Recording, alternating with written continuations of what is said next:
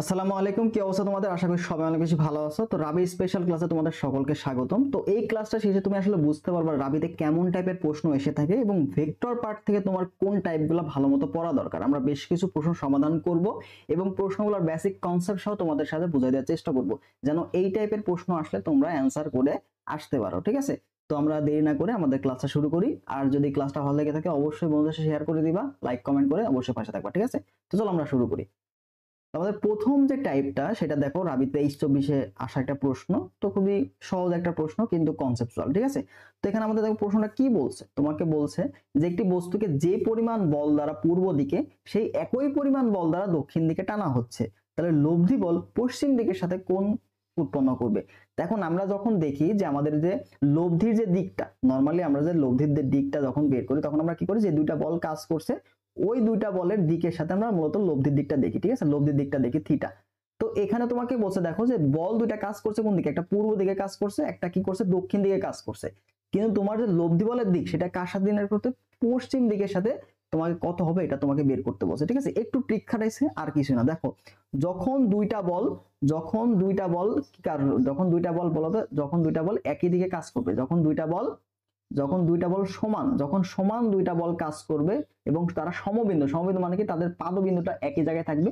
দেখো এটাও যখন এফ পরিমাণ বল, এটাও তখন এফ পরিমাণ বল, তাহলে এদের যে মধ্যবর্তী কোণ যদি আলফা হয়, তাহলে এদের যে লব্ধিটা কি করবে জানো, লব্ধি এই যে আর, এই লব্ধিটা কি করবে সমান এই লব্ধি থিটা, এই থিটাটা হবে হচ্ছে এদের যে মধ্যবর্তী কোণ, এই মধ্যবর্তী কোণের অর্ধেক। অর্থাৎ দুইটা সমান বল যদি সমবিন্দু হয় এবং তাদের যে লব্ধিটা সেটা কি করবে, তাদের মধ্যবর্তী কোণকে সমদ্বিখণ্ডিত করে। ঠিক আছে, তাহলে দুইটা বল দেখো সমান, এটাও এফ এটাও এফ, তাহলে মধ্যবর্তী কোণ কি ছিল আলফা, তাহলে এর দিক থিটা, এই থিটাটা কি করে এদের মধ্যবর্তী কোণকে সমান দুই ভাগে ভাগ করে। এটা তোমাকে কনসেপ্টটা বুঝতে হবে। ঠিক আছে, এটা হচ্ছে আমাদের ফার্স্ট কনসেপ্ট। তাহলে এই অনুযায়ী আমরা দেখো পূর্ব দিক এবং পূর্ব দিক এবং দক্ষিণ দিক মধ্যবর্তী কোণ কত, 90 ডিগ্রি। তাহলে 90 ভাগ 2 মানে কত হইতো, 45 ডিগ্রি হওয়ার কথা ছিল যদি দক্ষিণ দিক বা পূর্ব দিকের সাথে কথা বলতো, কিন্তু আমাদের দক্ষিণ এবং পূর্ব দিকের সাথে বলে নাই, বলছে কি পশ্চিম দিকের সাথে। তাহলে এটা কিভাবে করবো, এটা খুবই সহজ। জাস্ট চিত্রটা তোমার একটু বুঝাই দিই, তাহলে তোমার কাছে ক্লিয়ার হয়ে যাবে। ঠিক আছে, চিত্রটা তোমাকে একটু ক্লিয়ার করে দিই। আচ্ছা দেখো চিত্র হয়ে গেছে। তো এটা নিয়ে আমি একটু কথা বলি। দেখো আমাদের এটা হচ্ছে মনে করো পূর্ব, এটা হচ্ছে পূর্ব এবং কি আর কোন দিকে দক্ষিণ দিকে কাজ করছে, আর দক্ষিণ দিকে আমাদের বল কাজ করছে। তো এটা হচ্ছে কি আমাদের পশ্চিম দিকে, এটা হচ্ছে আমাদের পশ্চিম দিক। ঠিক আছে, তাহলে দেখো এই বরাবর কি আমাদের এফ বল কাজ করছে, এই বরাবর কি আমাদের এফ বল কাজ করছে, তাই না? তাহলে লব্ধিটা কোন দিকে যাওয়ার কথা, লব্ধিটা অবশ্যই তাদের মাঝ বরাবর যাওয়ার কথা, অবশ্যই কি তাদের মাঝ বরাবর লব্ধিতে যাওয়ার কথা। ঠিক আছে, এটা হচ্ছে আমাদের কি লব্ধি, এটা হচ্ছে আমাদের লব্ধি আর। তাহলে লব্ধি এটা যদি আর হয়, তাহলে দেখো এই যে মধ্যবর্তী কোণ, এই মধ্যবর্তী কোণ কত, 90 ডিগ্রি না, এটা হচ্ছে 90 ডিগ্রি। তাহলে এই যে এতটুক কোণ কত হবে, আমি কি বলছিলাম যে সমান বল কি করে তাদের লব্ধিটা কি করে, দুইটা বলের মধ্যবর্তী কোণকে দুই ভাগে ভাগ করে দেয়। তাহলে এটা অবশ্যই কি হবে 45 ডিগ্রি, এটা কি হবে 45 ডিগ্রি। তোমাকে বের করতে বলছে পশ্চিম দিকের সাথে লব্ধি কতটুকু কোণ তৈরি করে। তাহলে এই যে পশ্চিম দিক, এই পশ্চিমের সাথে আসলে কতটুকু কোণ তৈরি করে এটা তোমাকে বের করতে বলছে। তাহলে দেখো এতটুকু আমি 45 ডিগ্রি পাইছি, তাহলে এতটুকুর মান কত, এটা কি আবার লম্ব না, তাহলে এখানে কি 90 ডিগ্রি পাবো। তাহলে 90 ডিগ্রির সাথে এই 45 যোগ করলে আমরা কি পশ্চিম দিকের সাথে দিক পাবো। কার দিকের সাথে, পশ্চিম দিকের সাথে। ঠিক আছে, তোমাকে যদি বলতো পূর্ব অথবা দক্ষিণ তাদের সাথে কোণ কত, তাহলে অবশ্যই 45 ডিগ্রি উত্তর হইতো, কারণ কি দুইটা বলে এখানে পূর্ব দিক দক্ষিণ দিকে কাজ করছে।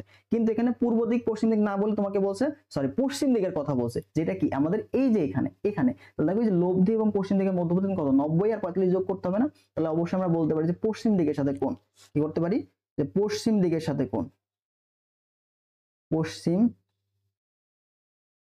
দিকের সাথে কোণ এটা কি হবে, এটা হয়ে যাবে তোমার হচ্ছে 90 ডিগ্রি যোগ হচ্ছে 45 ডিগ্রি, তার মানে কত হচ্ছে বলতো 135। ঠিক আছে, তো এই কনসেপ্টটা এখানে লাগছে, বুঝতে পারছো, এই কনসেপ্টটা লাগে। তো আমাদের এই সূত্রটাও কিন্তু গুরুত্বপূর্ণ। যখন দেখবে দুইটা বল সমান, তাহলে তাদের লব্ধিটা কি করবে, এদের মধ্যবর্তী কোণকে সমান দুই ভাগে ভাগ করে দেবে। ঠিক আছে, এটা থেকে কিন্তু প্রশ্ন আসে। পরবর্তী প্রশ্ন দেখো আমাদের বলছে কি যে এম এর মান কত হলে আর একটা ভেক্টর দেওয়া আছে, এই ভেক্টর সলিনয়েডাল হবে। তো সলিনয়েডাল এটা কোন টপিক থেকে আসছে বলতো, এটা কিন্তু ডাইভারজেন্স থেকে আসছে। তাহলে আমাদের রাবিতে কিন্তু ডাইভারজেন্স পার্টটা অনেক বেশি গুরুত্বপূর্ণ। তো তুমি দেখবা যে প্রশ্ন ব্যাংকটা তোমার কিভাবে পড়া উচিত। দেখো তুমি যখন দেখছো ডাইভারজেন্স থেকে তোমার প্রশ্ন আসছে, তাহলে ডাইভারজেন্স থেকে সকল টাইপটা কনসেপ্টটা তোমার কিন্তু ক্লিয়ার রাখতে হবে। তো ডাইভারজেন্স জিনিসটা কি এবং ডাইভারজেন্স আসলে কি বোঝায়, এই জিনিসগুলো তোমার কিন্তু ক্লিয়ার থাকতে হবে। ঠিক আছে, তো ডাইভারজেন্স থেকে এই বছর হয়তো সলিনয়েডাল থেকে আসছে, তাহলে সামনের বছর হয়তো আরেকটা টপিক থেকে আসবে, তাই না? তো অবশ্যই তোমাকে এই টপিকটা সম্পর্কে জ্ঞান রাখতে হবে। ঠিক আছে, তাহলে ডাইভারজেন্সের কাজ কি, ডাইভারজেন্সের কাজ কিন্তু এর কাজ কি বলতো, একটা ভেক্টর ক্ষেত্রকে ভেক্টরকে তোমার কি করে স্কেলারে কনভার্ট করে, একটা ভেক্টর কি করে স্কেলারে কনভার্ট করে, এটা কিন্তু ডাইভারজেন্সের কাজ। আবার কিন্তু এটা কি আয়তনও নির্দেশ করে, কি করে আয়তন, আয়তনের পরিবর্তন এটাও কিন্তু নির্দেশ করে, ঠিক আছে। যখন তোমার ডাইভারজেন্সের মানটা পজিটিভ হবে তখন কি আয়তন বৃদ্ধি পাবে, যখন ডাইভারজেন্সের মানটা তোমার নেগেটিভ হবে তখন কি আয়তন হ্রাস পাবে। আবার যখন তোমার কি করবে ডাইভারজেন্সের মানটা 0 হয়ে যাবে তখন কি এটা সলিনয়েড হবে। তার মানে তোমার যে এই যে ডাইভারজেন্স নেবলা ইনটু আর, ঠিক আছে, ডট আর, তাহলে ডাইভারজেন্সের মান যখন 0 হবে তখন এটা কি হবে সলিনয়েডাল, কি হবে সলিনয়েডাল, ঠিক আছে। তাহলে আমাদের কনসেপ্টটা কি যে এটা ডাইভারজেন্স ইকুয়াল 0 হবে। তাহলে ডাইভারজেন্স আমরা বের করব কিভাবে দেখো তো, নেবলা ডট আর, তার মানে নেবলার ভ্যালুটা তোমাকে অবশ্যই জানতে হবে del by del x i plus del by del y plus into j, হ্যাঁ, প্লাস হচ্ছে del by del z k, ঠিক আছে।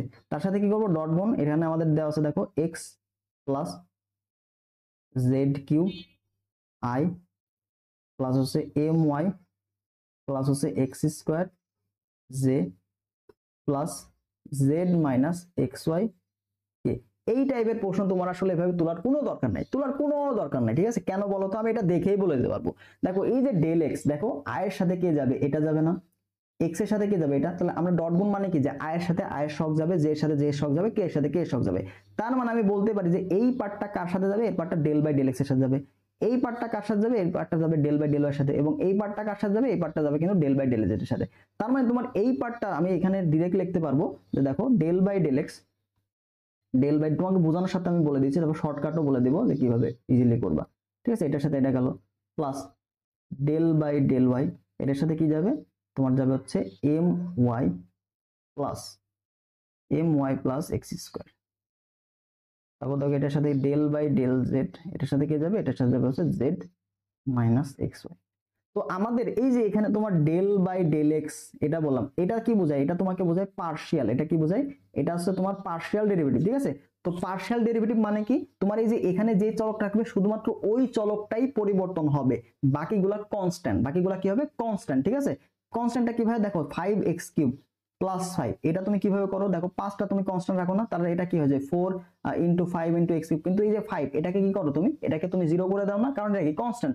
তার মানে যখন নিচে যে চলক থাকবে ওইটা বাদে বাকি চলকগুলো কি করবে কনস্ট্যান্টের মতো কাজ করবে, ঠিক আছে। তাহলে আমাদের শুধুমাত্র পরিবর্তন হবে কি x, বাকিগুলা পরিবর্তন হবে না। যদি নরমাল সিঙ্গেল থাকে তাহলে 0 হয়ে যাবে, আর এক্স এর সাথে থাকলে সেটা কি ওটা কনস্ট্যান্ট থাকবে, ঠিক আছে।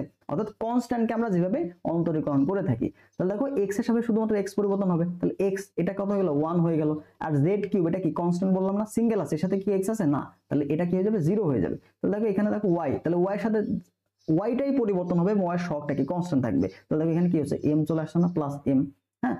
আবার এখানে দেখো এক্স স্কয়ার, তার মানে কি ওয়াই এর সাপেক্ষে তুমি করছো, তাহলে এক্সটা কি এখানে কনস্ট্যান্ট 0 হয়ে যাবে। দেন জেড এর সাপেক্ষে করবে মানে কি জেড শুধু পরিবর্তন হবে, বাকিগুলো কিন্তু পরিবর্তন হবে না, 0 হয়ে যাবে। দেখো এখানে এক্স আছে, এখানে ওয়াই, সবগুলো কি কনস্ট্যান্ট, আর কনস্ট্যান্টকে অন্তরীকরণ করলে কি হবে 0 চলে আসে, তাহলে তোমার এখানেও মানটা কত আসছে 1 চলে আসছে। তার মানে তোমার যে ডাইভারজেন্স এটার ভ্যালু কত আসছে m+2, ঠিক আছে। তো প্রশ্ন মতে তোমাকে কি বলছে, প্রশ্ন মতে তোমাকে বলছে এটা সলিনয়েড, প্রশ্ন মতে আমার কি এই যে m+2 এটার ভ্যালু কত হবে, এটার ভ্যালু 0, কারণ কি আমাকে বলে দিয়েছে এটা কি সলিনয়েডাল, কি বলছে সলিনয়েডাল হলে কি হবে ডাইভারজেন্সের মানটা কি হবে 0 হবে। তার মানে তুমি এখান থেকে বলতে পারো যে m এর মানটা কত হবে, m এর মানটা হবে -2। তাহলে তোমাকে আমি দেখো এখানে এত দ্রুত করার দরকার নাই, তোমাকে আমি কি বলে দিলাম যে যখন তোমার আয়ের সাথে যে সহগ আছে আয়ের সাথে এটাকে তুমি x এর সাপেক্ষে অন্তরণ করে দিবা পার্শিয়াল, এটাকে তুমি y এর সাপেক্ষে পার্শিয়াল করে দিবা, এটাকে z এর সাপেক্ষে প্রশ্ন দেখে করে দিবা। তো তোমার এত লেখার তো দরকার নাই, দেখা মাত্র তুমি आंसर করে দিতে পারবা। দেখো আমি দেখা মাত্র বললাম কি এখানে 1 হবে এবং এই পার্টটা m হবে এবং এই পার্টটা 1 হবে, তাহলে এগুলো যোগ করে দেব, তাহলে কি হচ্ছে m+2 হয়ে গেল, ইজিলি করে ফেলতাম, তাই না। আমার এতগুলো লাইন তো করার দরকার নাই। তো অ্যাডমিশনে তোমার এত বড় করার তুমি সময় পাবা না, তোমাকে বোঝানোর জন্য আমি এটা করলাম, বাট তোমাকে অবশ্যই দেখে অ্যান্সার করতে হবে, ঠিক আছে। তাহলে আয়ের শখকে আমি এক্স এর সাপেক্ষে অন্তরীকরণ করে দিব, অর্থাৎ বাকি যে চলকগুলো আছে সেগুলো কনস্ট্যান্ট, এটাকে ওয়াই এর সাপেক্ষে এটাকে জেড এর সাপেক্ষে, কাহিনী শেষ। পরবর্তী প্রশ্ন দেখো, তোমাকে বলছে এটা আমরা দেখো কত ইজিলি করতে পারি, দেখো ডাইভারজেন্স অফ বি, তাহলে এটাকে ডাইভারজেন্স করতে বলছে এবং ডাইভারজেন্সটা কি করতে হবে 1 1 বিন্দুতে বের করতে বলবে। তাহলে আমরা ডিরেক্ট আগে দেখো সুন্দর মতো কিভাবে বের করব, ডাইভারজেন্স অফ বিটা বের করব, নেবলা ডট হচ্ছে বি ইকুয়াল কত হবে বলতো, এই পার্টটাকে প্রথম যে আয়ের শক এটা কি করব এক্স এর সাপেক্ষে অন্তরীকরণ পার্শিয়াল, এটা কি পার্শিয়াল ডেরিভেটিভ করব, ঠিক আছে। তার মানে এক্সটা শুধুমাত্র পরিবর্তন হবে, বাকিগুলো চেঞ্জ হবে না। তাহলে দেখো এখানে কি অন্তরীকরণ করলে কি হচ্ছে 2xy, তাই না, তাহলে 2 এক্স ওয়াই, ওয়াইটা চেঞ্জ হয়েছে কেন হয়নি, কারণ এটা কি কনস্ট্যান্ট, ঠিক আছে। আচ্ছা প্লাস দিয়ে দিব, দেখো এখানে জেড শক কি এটা না, তাহলে এটাকে আমরা কি করব ওয়াই এর সাপেক্ষে অন্তরীকরণ, তাহলে দেখো এখানে কি হচ্ছে, এখানে 2yz হয়ে গেল, কারণ কি জেডটা কেন চেঞ্জ হবে না, জেড এখানে কনস্ট্যান্ট। তারপর দেখো এখানে কি দেখো কে শক আমরা কি করব জেড এর সাপেক্ষে অন্তরীকরণ করে দেব পার্শিয়াল, তাই না, তাহলে জেডটাই শুধু পরিবর্তন হবে, তাহলে এটা কি হলো 2zx, কাহিনী শেষ, ঠিক আছে। এটা তুমি পেয়ে গেলা তোমাদের হচ্ছে ডাইভারজেন্স। এবার তোমাকে বলছে যে 1 বিন্দুতে 1,1,0 এই বিন্দুতে বের করতে বলছে, এই বিন্দুতে তার মানে কি বোঝাচ্ছে যে তোমাকে x এর মান 1 বসাতে হবে, y এর মান 1 বসাতে হবে এবং z এর মান 0, তার মানে যেখানে যেখানে z আছে সেখানে কি 0 হয়ে যাবে, কারণ z এর মান 0 বসালে এটাও 0 হয়ে যাচ্ছে, এটাও 0 হয়ে যাচ্ছে, থাকলো কি শুধুমাত্র 2xy না, তাহলে তুমি এখানে ভ্যালু বসাতে 2 গুণন 1 গুণন 1, তার মানে কত 2, এই 2 হচ্ছে आंसर, 2 কত বি নম্বরে দেওয়া আছে, তো ইজিলি আমরা অল্প সময়ের মধ্যে এই ডাইভারজেন্সের এই মানগুলো বের করে ফেলতে পারবো, ঠিক আছে। আচ্ছা পরবর্তী প্রশ্ন দেখো, তোমাকে মধ্যবর্তী কোণ বের করতে বলছে, ঠিক আছে, মধ্যবর্তী কোণ, তাহলে দেখো তো এই পার্টটা কোন তলে অবস্থান করছে i, এটার জন্য কি x পাবো, এর জন্য কি পাবো y পাবো, তার মানে এটা কিন্তু xy তলে অবস্থান করছে, ঠিক আছে। আচ্ছা এই টাইপের প্রশ্ন তোমাকে দিতে পারে যে xy তলে নিচের কোণটি অবস্থান করছে, তাহলে যেটা i এর জন্য x পাবো, z এর জন্য y পাবো, তাই না, তাহলে অবশ্যই এই কনসেপ্টটাও জানতে হবে। তাহলে দুইটা মধ্যবর্তী কোণ বের করতে বলছে, মধ্যবর্তী কোণ বের করার শর্ত কি আর সূত্র কি জানি আমরা, থিটা ইকুয়াল টু উপরে হবে কি a ডট b, দুইটা ভেক্টরের ডট গুণ, নিচে হবে কি এদের মানদ্বয়ের গুণফল, ঠিক আছে, মানদ্বয়ের গুণফল, এবং এখানে কি বলতো cos ইনভার্স, এটা আমরা কি ডট গুণনের কনসেপ্ট থেকে জানি, তাই না, ডট গুণনের কনসেপ্ট থেকে জানি। তোমরা দেখো ভ্যালুগুলো বের করি, cos inverse a dot b, dot মানে কি, ডট মানে i এর সাথে i গুণ, j এর সাথে j গুণ, তাহলে দেখো এখানে i আর i গুণ করলে 1 পাচ্ছি, আর j তো নাই, তাহলে কি 0 হয়ে গেল, ডিভাইড বাই এটার মান কত হবে, √1² মানে কি √2 ইনটু এটার মান কত, এটার মান হচ্ছে 1, তার মানে দেখো এখানে আমি কি পাইলাম আলটিমেটলি, দেখো cos ইনভার্স, হ্যাঁ cos ইনভার্স 1/√2, এই পার্টটা তুমি পাইলা। তাহলে cos ইনভার্স 1/√2 এর মান কত, অর্থাৎ cos কত ডিগ্রি মান 1/√2, অবশ্যই 45 ডিগ্রি মান, তাহলে এটার आंसर কত হয়ে যাবে 45 ডিগ্রি, 45 ডিগ্রি, ঠিক আছে।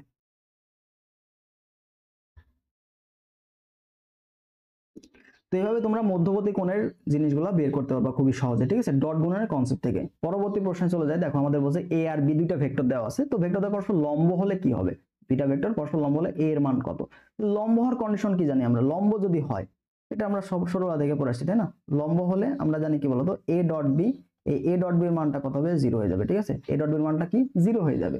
তাহলে ডট গুণ মানে কি, i এর সাথে i গুণ, j এর সাথে j গুণ, k এর সাথে k গুণ, সব গুণ করে দেব, তাহলে দেখো 2 আর -2 গুণ করলে কত হচ্ছে, আমরা এখানে একবারে বের করতে পারবো, a ডট b এটার মান কত হবে 0 হয়ে যাবে, তার মানে আমরা দেখো a ডট b 2 আর -2 মানে কত -4 হয়ে গেল, এখানে a এবং 1 তার মানে কত প্লাস a হয়ে গেল, এখানে k এর সব কত 1, এখানে k এর সব -2, তার মানে এখানে কি -2 = 0 হয়ে গেল। তাহলে দেখো তুমি এখানে কি পাচ্ছ -4 -2 মানে কি -6, তাহলে অবশ্যই পার গেলে কি হবে +6 হয়ে যাবে, a = কত হবে 6, তো এটা হচ্ছে আমাদের কি आंसर, তাই না, 6 হচ্ছে সি নাম্বারটা। তো এইভাবে এই টাইপের কনসেপ্ট, টাইপটা ইম্পর্টেন্ট। লম্ব হলে কি হবে, মধ্যবর্তী কোণকে a ডট b মান 0, তো তোমাকে অনেক সময় বলতে পারে যে a ডট b এটা সমান 0, এটা দ্বারা কি বোঝায়, a আর b পরস্পর লম্ব, a আর b পরস্পর লম্ব, ঠিক আছে, এটা কিন্তু গুরুত্বপূর্ণ আমাদের ক্ষেত্রে।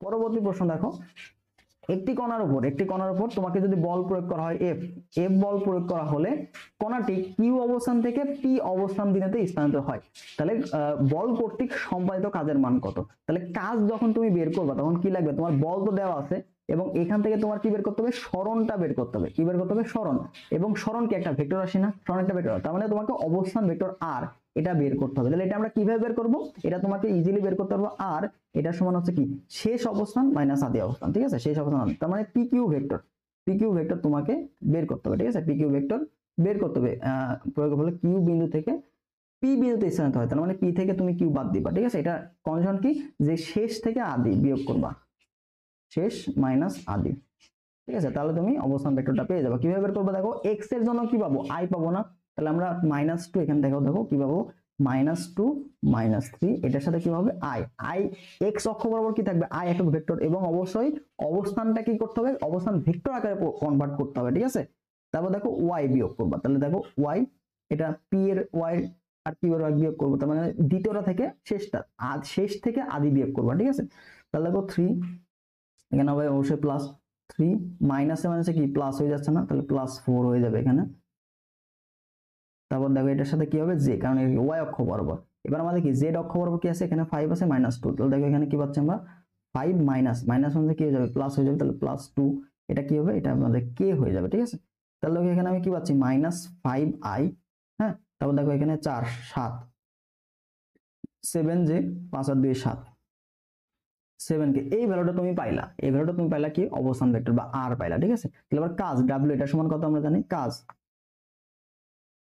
w এটা সমান কত, কাজ একটা কি স্কেলার রাশি, ঠিক আছে। তাহলে ভেক্টর বল গুণন সরণ গুণ করে দিব। তাহলে এটা দেখো আমরা সুন্দর মতো বলতে পারছি তাই না। i এর সাথে দেখো এখানে কি -2 এখানে -5, তার মানে কত হলো 10 হয়ে গেল। এখানে দেখো +3 এখানে হচ্ছে +7, গুণ করলে কত 3 সাথে 21। তারপর দেখো এখানে +4 এখানে +7, যার সাথে কত 28, ঠিক আছে। তাহলে দেখো এটা যদি ক্যালকুলেশন করা যায় তাহলে আমাদের ভ্যালু কত চলে আসছে, এখানে 8 আর একে 9, 2 2 4 আর একে 5, তার মানে কত 59, দেখো 5 অর্থাৎ 59 জুল, ঠিক আছে। তো এইভাবে আমরা এই টাইপের প্রশ্নগুলো দিব। তাহলে এটা কিন্তু খুবই একটা গুরুত্বপূর্ণ একটা কনসেপ্ট, ঠিক আছে। তোমাকে অবস্থান ভেক্টর দেওয়া থাকবে, তাহলে তুমি কি করবা, আদি বিন্দু থেকে শেষ বিন্দু থেকে আদি বিয়োগ করে দিবা। তাহলে এক্স এক্স কারেসপন্ডিং এর জন্য কি পাবো, আই পাবো, ওয়াই ওয়াই সহ কারেসপন্ডিং এর জন্য জে পাবো, এবং এই যে আমাদের জেড জেড কারেসপন্ডিং এর জন্য কে পাবো। তো অবস্থান ভেক্টর বের করে দুইটা ডট গুণ করে দিব, আমাদের কিন্তু কাজ পেয়ে যাব। পরবর্তী প্রশ্ন দেখো, এখানে এ দেওয়া আছে বি দেওয়া আছে, বলছে এ বি এর মান কত। তাহলে এখানে ঘটনা হচ্ছে এ ডট বি কিন্তু না, এখানে কিন্তু একটা অবস্থান ভেক্টর এ বি ভেক্টর তার বের করতে বলছে। তাহলে এটা সমান কি লেখা যায়, এটা কিন্তু একটা অবস্থান ভেক্টর। তাহলে অবস্থান ভেক্টর কি লিখতে পারবো, দেখো যেটা এর শেষে আছে, তাহলে B vector minus A vector, এটা এইভাবে লেখা হয়, ঠিক আছে। তাহলে এ বি ভেক্টর এটাকে কিভাবে লেখা যায়, বি মাইনাস এ এভাবে লেখা যায়। তাহলে তুমি এখান থেকে ইজিলি বের করতে পারবা।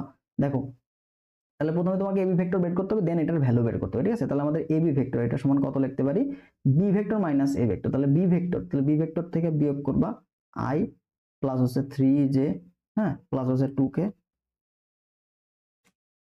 তারপর দেখো মাইনাস আমাদের এ ভেক্টর কত 3i, তারপর দেখো প্লাস j, হ্যাঁ তারপর হচ্ছে -2k, ব্যাস বিয়োগ করে দেবো, কাহিনী শেষ। তাহলে দেখো i -3 তার মানে কত, অবশ্যই -2i হবে এখানে। তারপর দেখো +3j, এখানে দেখো -j, তার মানে কি অবশ্যই +2j হবে। তারপর দেখো +3k, এখানে কি মাইনাস প্লাস, তার মানে অবশ্যই 5k হয়ে যাবে। এবার এটার ভ্যালু তোমাকে বের করতে বলছে, এবি এর মান তোমাকে বের করতে বলছে, ঠিক আছে। এবি, এই এবি এর মান, তাহলে এবি এর মান যদি বের করি তাহলে দেখো √4 প্লাস দেখো 2 এর পরিষ্কার করলে আবার 4, 5 এর পরিষ্কার করলে 25, ঠিক আছে। তাহলে তুমি এখানে যে ভ্যালুটা পাবা সেটা হচ্ছে, দেখো এটা কি সবকিছু ঠিক আছে কিনা,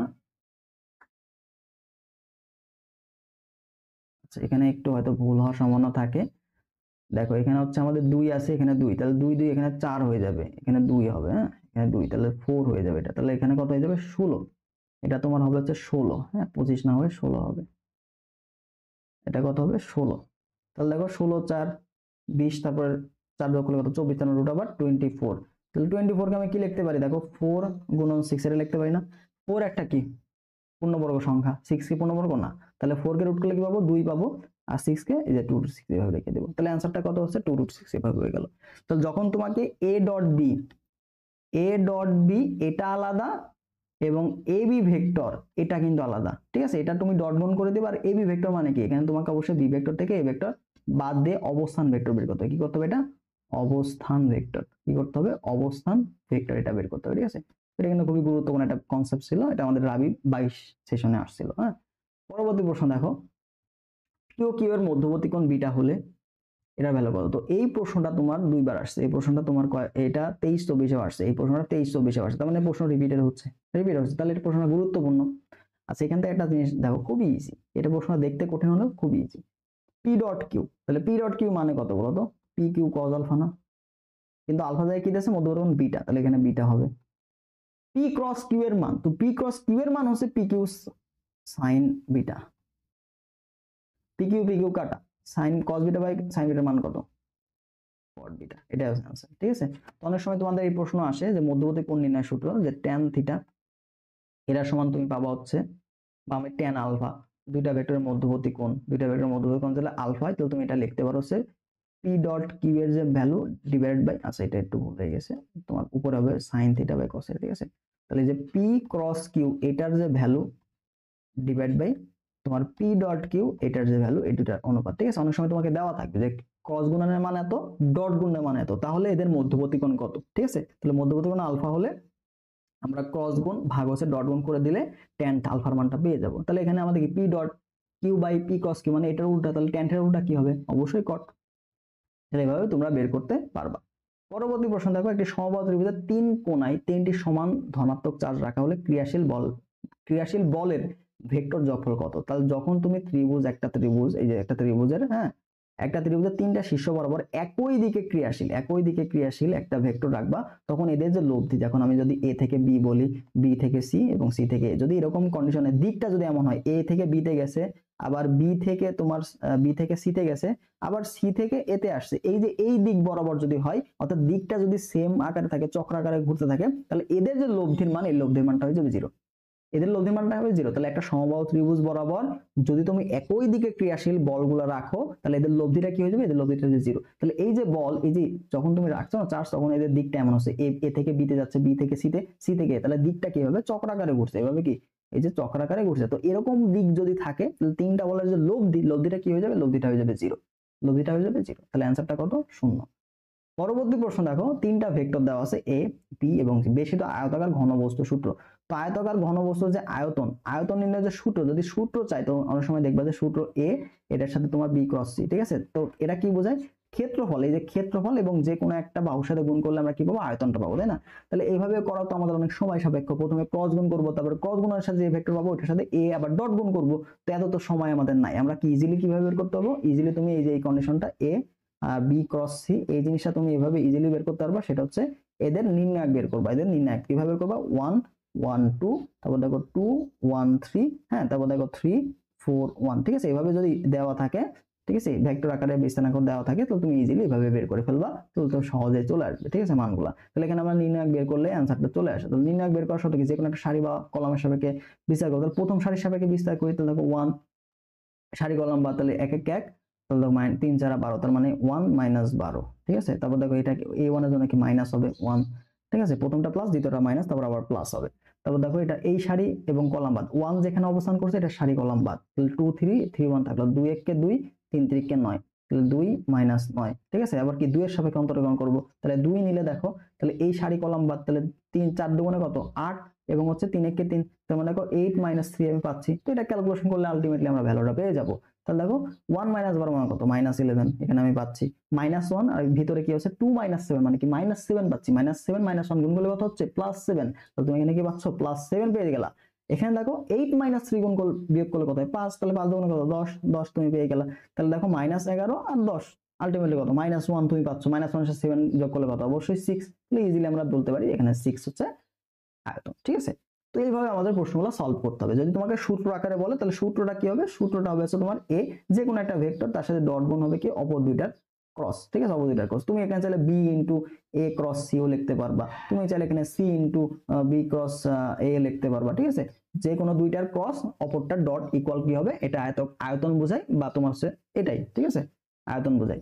আবার সমতলীয় হওয়ার শর্ত কি, সমতলীয় হওয়ার শর্ত বলে তুমি আবার এটা জিরো বলবা, ঠিক আছে, সমতলীয় হওয়ার শর্ত, সমতলীয় হওয়ার শর্ত, সমতলীয় যদি হওয়ার শর্ত, তাহলে এটা আয়তন ইকুয়াল 0 হয়ে যাবে। অর্থাৎ তোমার হচ্ছে a vector into b cross c, এটা ইকুয়াল 0 হবে, অথবা b into a cross c, এটা ইকুয়াল 0 হবে, অথবা c ইনটু তুমি হচ্ছে b ক্রস a, এটা ইকুয়াল 0, ঠিক আছে। অর্থাৎ আয়তনটা কি হয় 0, যদি সমতলীয় হয়, যদি একই তলে অবস্থান করে, তাহলে এদেরকে আয়তনটা 0 হয়ে যাবে। পরবর্তী প্রশ্ন দেখো, যদি দুটি সমান ভেক্টরের লব্ধি যে কোনো একটি সমান হয়, তাহলে ভেক্টর দ্বয়ের মধ্যবর্তী কোণ কত। তো এই প্রশ্নটা মানে বেশিরভাগ সব ইউনিভার্সিটিতে আসছে। তাহলে দুইটা ভেক্টর সমান, তাহলে পি ভেক্টর এবং কিউ ভেক্টর সমান, পি ভেক্টর কিউ ভেক্টর সমান, এবং এদের লব্ধিটাও যদি এদের সমান হয়, লব্ধিটাও যদি এদের সমান হয়, তাহলে এদের যে মধ্যবর্তী কোণ, এদের যে মধ্য আলফা, এটা সমান কত হবে, 120 ডিগ্রি। আলফা কত হবে, 120 ডিগ্রি। আবার তোমাকে বলতে পারে যে এদের দুইটা সমান ভেক্টর, তোমাকে আরেকটা অল্টারনেটিভ বললো, যে বললো দুইটা ভেক্টর সমান, দুইটা ভেক্টর সমান এবং আলফা, এদের মধ্যবর্তী কোণ কত, 120 ডিগ্রি। এই কন্ডিশন দেওয়া থাকলে তুমি লিখতে পারো অতএব তোমার কি, অবশ্যই পি ইকুয়াল কিউ ইকুয়াল কি হবে আর, তার মানে লব্ধিটা কি হবে, লব্ধি যে কোনো একটা সমান হবে। দুইটা কনসেপ্টে তোমার প্রশ্ন আসতে পারে, ঠিক আছে। তোমাকে বললো যে দুইটা 10 নিউটন বল, এদের মধ্যবর্তী কোণ কত, আলফা ইকুয়াল টু 120 ডিগ্রি, তাহলে লব্ধির মানটা আর ইকুয়াল টু, তাহলে আর এর মানও কত হবে, আর এর মানও তোমার 10 নিউটনই হবে, কি হবে, 10 নিউটন হবে। আবার এখানে তোমার বললো যে 10 নিউটন দুইটা বল এবং এদের লব্ধির মানটাও কত, 10 নিউটন, তাহলে এদের মধ্যবর্তী কোণ কত হবে, মধ্যবর্তী কোণ কিন্তু 120 ডিগ্রি। তো দুইটা কনসেপ্টে প্রশ্ন আসতে পারে, ঠিক আছে। তোমাকে হয় কোণ বের করতে বলবে তখন 120 ডিগ্রি, অথবা লব্ধি বের করতে বলবে, তখন লব্ধিটা কি হবে, যে কোনো একটা ভেক্টরের সমান হবে, হ্যাঁ, একটা ভেক্টরের সমান হবে, এটা মনে রাখবা, বুঝতে পারছো, ঠিক আছে। পরবর্তী প্রশ্ন দেখো, যদি এ ভেক্টর এবং বি ভেক্টর পরস্পর এটা হয় তাহলে এ ও বি এর মধ্যবর্তী কোণ কত? তাহলে মধ্যবর্তী কোণের সূত্র আমি তোমাদের এর আগে দেখালাম। তাহলে আমরা কি ডট গুণের কনসেপ্ট থেকে করবো, তাই না? তাহলে আমরা জানি কি A B cos theta, A B cos theta equal কত? A dot B. তাহলে এখান থেকে কস থিটা থিটা ভ্যালুটা আমরা বের করতে পারবো easily, cause inverse A dot B divide by A আর বি এর মান। ঠিক আছে, তাহলে দেখো এ ডট বি আমরা বের করবো, দেন এটা মান দিয়ে ভাগ করে দিব। তাহলে দেখো এটা কজ ইনভার্স ডট গুণের মানটা কত হচ্ছে 18 আর 4, মানটা একটু বড় আসবে তাই না সময় সাপেক্ষ। তাহলে দেখো আমরা এখানে সবগুলো মানগুলো বের করে নিই, আয়ের সাথে আই গুণ করবো, জের সাথে গুণ, কে এর সাথে গুণ। তাহলে দেখো 4 18 4 8 32 এর 2 হাত থেকে 3 4 1 4 5 82 3 7 সরি 72 হয়ে যাবে এখানে 72। তার সাথে দেখো 2 আর -6 তাহলে -12। হ্যাঁ, তারপর দেখো এখানে কত হলো, এখানে 12 আছে, এখানে 5 আছে, 5 বারং কত 60 -60 ডিভাইড বাই এদের মান বের করতে হবে। রুট ওভার 18 স্কোয়ার যোগ হচ্ছে 2 স্কোয়ার যোগ হচ্ছে 12 square into root over 4 square plus 6 square plus হচ্ছে 5 স্কোয়ার। ঠিক আছে, তো এটা হ্যান্ড ক্যালকুলেশন করা অনেকটাই ঝামেলা। কজ ইনভার্স দেখো 72 - 12, তাহলে 72 - 12 করলে আমরা এখান থেকে কি পাচ্ছি, এখান থেকে পাচ্ছি হচ্ছে তোমার কত 60 পাবো, 60 থেকে 60। আচ্ছা, এখানে খুব ইজিলি করা যায়, দেখো এটাও 60 হচ্ছে, এটাও 60, তাহলে এখানে 60 - 60 তাহলে কত 0 হয়ে গেল না? তাহলে আলটিমেটলি তুমি এখানে কজ ইনভার্স 0 পাচ্ছ। কজ ইনভার্স 0, 0 কে কোনো কিছু দিয়ে ভাগ করলে 0 আসে। তাহলে কজ ইনভার্স 0 মানে কি? অবশ্যই এটা 90 ডিগ্রি, অবশ্যই এটা 90 ডিগ্রি, 90 ডিগ্রি। তখন তোমাকে মানটা দেখবা বড় হয়ে যাচ্ছে, দেখবা যে বেশিরভাগ ক্ষেত্রে উপরে বা নিচে 0 হয়ে যায়। হ্যাঁ, উপরে বা নিচে 0 হয়ে যায়। তো নিচে 0 হলে তো ওরকম মান নাই, কিন্তু উপরে তোমার 0 হয়ে যাবে, দেখবা যে মধ্যবর্তী কোণ 90 ডিগ্রি হয়ে গেছে। ঠিক আছে, তো বড় হলে ঘাবড়ানোর কিছু নাই, মান যদি এরকম বড় দেওয়া থাকে দেখবা যে বেশিরভাগ ক্ষেত্রে 90 ডিগ্রি হয়ে যায়, যোগ বিয়োগ করলে 0 হয়ে যায় উপরে। পরবর্তী প্রশ্ন দেখো, একটা সামন্তরিকের কর্ণ দেওয়া আছে, কি দেওয়া আছে? কর্ণ দেওয়া আছে। তাহলে সামন্তরিকের ক্ষেত্রফল কত?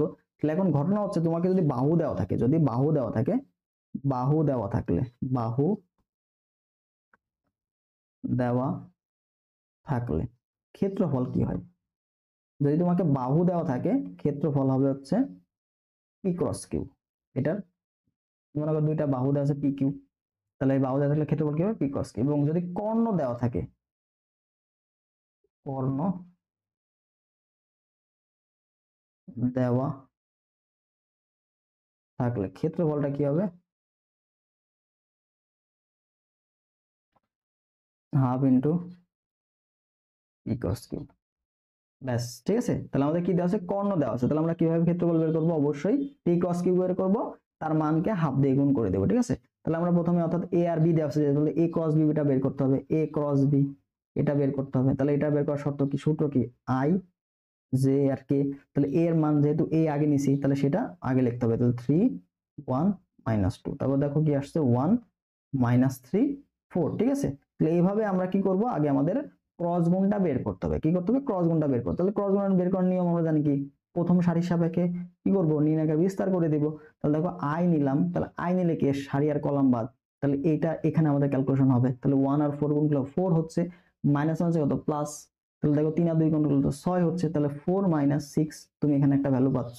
ঠিক আছে, তারপর জে এর জন্য কি হবে? এখানে মাইনাস হবে, মাইনাস জে। হ্যাঁ, তাহলে জে নিলে কি? জের সারি এবং কলামে যারা আছে সব বাদ। তাহলে 3 1 থাকলো, -2 4 থাকলো, 3 যারা কত? 12। আর দেখো 1 আর -2, -2 হচ্ছে +2 হয়ে যাবে। হ্যাঁ, তারপর দেখো প্লাস আমি কে নিলাম, তাহলে কে সারি এবং কলাম বাদ। তাহলে 3 3 কে 9 -9, এখানে দেখো 1 1 মানে -1। ঠিক আছে, তাহলে এটা ক্যালকুলেশন করলে তুমি মান পেয়ে যাচ্ছ, দেখো -2i। হ্যাঁ, -2i, এখানে দেখো 12 আর 2 কত? 14, তাহলে -14 জে। তারপর দেখো এখানে কি? -9 আর 1 10, তাহলে -10, এখানে কি পাচ্ছ? -10 কে। এবার এটা তুমি পাইলা। এখন ঘটনা হচ্ছে কি? তোমাকে বের করতে হবে এটার ভ্যালু, এটার ভ্যালু। ঠিক আছে, তাহলে অতএব এ ক্রস বি এটার মান, এর মানটা কত আসছে? দেখো রুট ওভার 2 এর পরিষ্কার মানে কত? 4, 14 এর পরিষ্কার কত? তোমার এখানে 196 সামথিং হবে। হ্যাঁ, 196 যোগ এখানে 100 হবে। তাহলে 196 4 যোগ করলে কত হয়? 200, 200 এর 100 কত হলো? 300। তাহলে রুট ওভার 300 তুমি পাইলা এখানে এ ক্রস বি। তাহলে অতএব ক্ষেত্রফল কত হবে? ক্ষেত্রফল, ক্ষেত্রফল যেহেতু কর্ণ দেওয়া আছে, তাহলে ক্ষেত্রফল মানে কি? Half into A cross B এর ভ্যালু, তাহলে কি হচ্ছে? Half into root over 300। তাহলে এটা হচ্ছে আমাদের এ নাম্বার অপশনটা, হাফ ইন্টু রুট ওভার 300। ঠিক আছে, তো এইভাবে আমাদের প্রশ্নগুলো সলভ করতে হবে। যদি তোমাকে বাহু দেওয়া থাকে তাহলে তুমি ডিরেক্ট এ ক্রস বি বের করে মান বের করবা, যদি তোমাকে কর্ণ দেওয়া থাকে তাহলে কি হবে, হাফ দিয়ে গুণ করে দেবে, ঠিক আছে।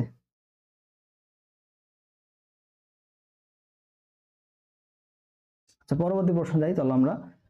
যদি এ ভেক্টর, এ দুইটা ভেক্টর দেওয়া আছে, দুইটা ভেক্টর যদি পরস্পর লম্ব হয় বা যদি সমান্তরাল হয় তাহলে ল্যামডা এর মান কত? তো সমান্তরাল যদি হয়, সমান্তরাল যদি হয় তাহলে আমরা এখানে লিখতে পারছি যে আই এর সহগ, জে এর সহগ, কে এর সহগ এদের অনুপাত সমান হবে এটা এবং এটা, অর্থাৎ আই এর আই জে কে অনুপাতগুলো আই জে কে এর অনুপাত, সহগের অনুপাত।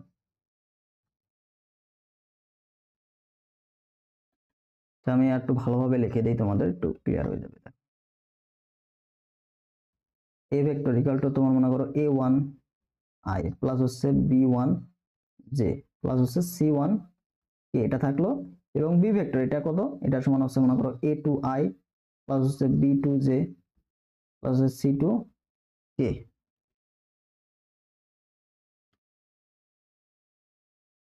ঠিক আছে, এই দুইটা ভেক্টর আমাদের হইলো। তাহলে যদি সমান্তরাল হয় এ ও বি,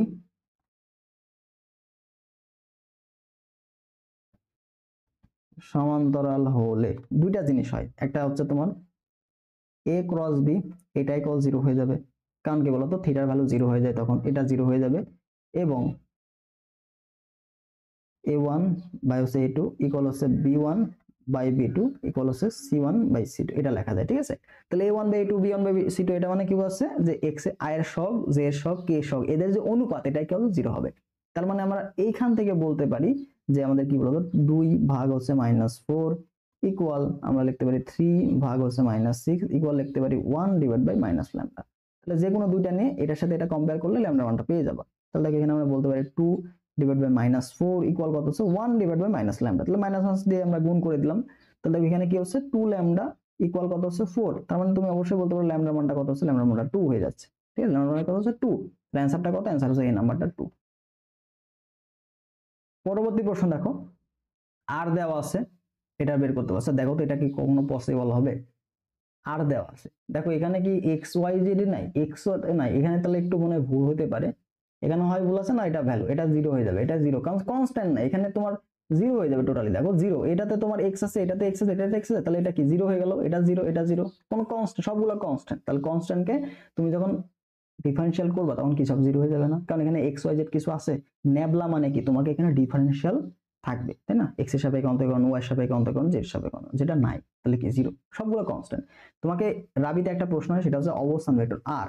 আর মানে কি, অবস্থান ভেক্টর দ্বারা আমরা নরমালি বুঝবো এক্স আই প্লাস হচ্ছে ওয়াই জে প্লাস হচ্ছে জেড কে, যদি এটা থাকে তাহলে এটার যে তোমার হলো ডাইভারজেন্স, এটার যে ডাইভারজেন্স আর এটা কত হয়ে যাবে, এটা 3 হয়ে যাবে। এটা কি 3, কেন 3 হয়ে যাবে, দেখো এটাকে তুমি এক্স এর মান করলে 1, এটাকে 1, এটাকে কত 1, তাহলে 3 হয়ে যাচ্ছে না। এরকম আবার তোমাকে আর ইকুয়াল, এটা তো আমরা এর আগে করলামই, আর এর মান দেওয়া থাকলে কিভাবে ন্যাবলার মান বের করতে হবে। ঠিক আছে, ন্যাবলা ডট আর বের করতে হবে ইজিলি। ঠিক আছে, আয়ের শখকে আমরা কি করব, আয়ের শখকে এক্স দিয়ে অন্তরীকরণ করে দেব, জে এর শখকে ওয়াই দিয়ে এবং কে এর শখকে জেড দিয়ে। ঠিক আছে, তো এইগুলাই মূলত আমাদের ছিল, এই বেশ কিছু প্রশ্ন আমরা সলভ করলাম 15 থেকে 16টার মতো। তো আশা করা যায় তোমরা বুঝতে পারছো যে প্রশ্নগুলো আসলে যথেষ্ট স্ট্যান্ডার্ড প্রশ্ন হয়ে থাকে। তো রাবিতে যথেষ্ট স্ট্যান্ডার্ড প্রশ্ন তোমাদের হয়ে থাকে। ঠিক আছে, তো আমাদের কিন্তু রাবি প্লাস গুচ্ছ এক্সামের ভর্তি চলছে। তো যারা ভর্তি হতে চাও আমাদের হোয়াটসঅ্যাপ নাম্বারে যোগাযোগ করো, এছাড়া আমাদের ডেসক্রিপশন বক্স চেক করলে সেখানে ডিটেলস দেওয়া আছে। আর এটার যে পিডিএফটা সেটা আমাদের টেলিগ্রাম গ্রুপে দিয়ে দিচ্ছি, ওখানে যুক্ত হয়ে এটার পিডিএফটা নিতে পারবো। ঠিক আছে, তো সবাই ভালো থাকো, দেখা হবে পরবর্তী ক্লাসে। আল্লাহ হাফেজ।